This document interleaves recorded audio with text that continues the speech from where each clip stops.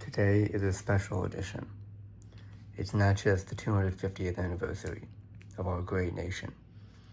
Today, we will be discussing the National Journal, July 4th, 1826, printed exactly 50 years to the day. And we will not be discussing the planned events or parade. We will not be discussing the Declaration itself in this issue, which is printed in full, as they have done every year since. Today, we will be discussing a more poignant but historically important fact, with also some, I feel, somber and foreshadowing information.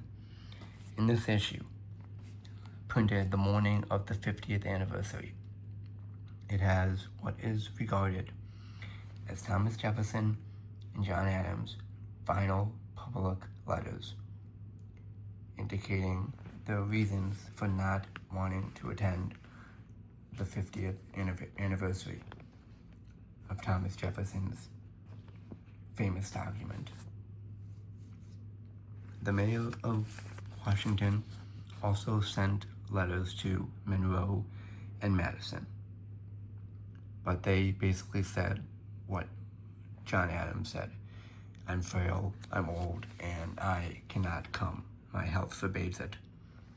However, Monroe is an interesting topic because he would die, ironically or divinely, 5 years later in 1831 on July 4th in New York City.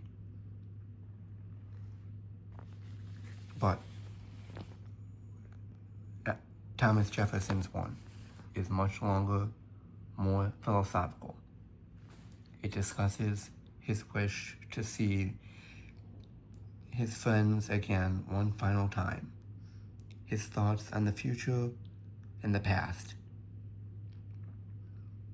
But as we all know, he will not succumb to the end of the day.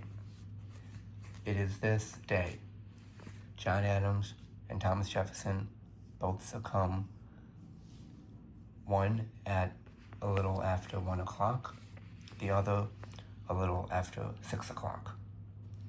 And poignant enough, John Adams' final words: Thomas Jefferson survives, not knowing that his dear friend and comrade died 5 hours prior.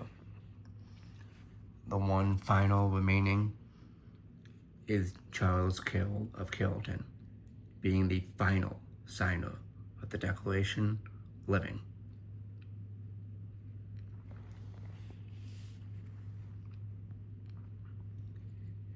And on here, it discusses how, before the paper went to press, a salvo of cannon had announced the dawn of another birthday of the United States.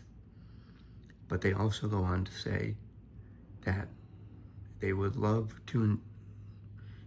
let on this day the sunshine of memory might dry up the rear, which present distress may force from the eye of the veteran who mingled in the scenes of our Revolutionary War. Basically, wishing the veterans and those still alive from that day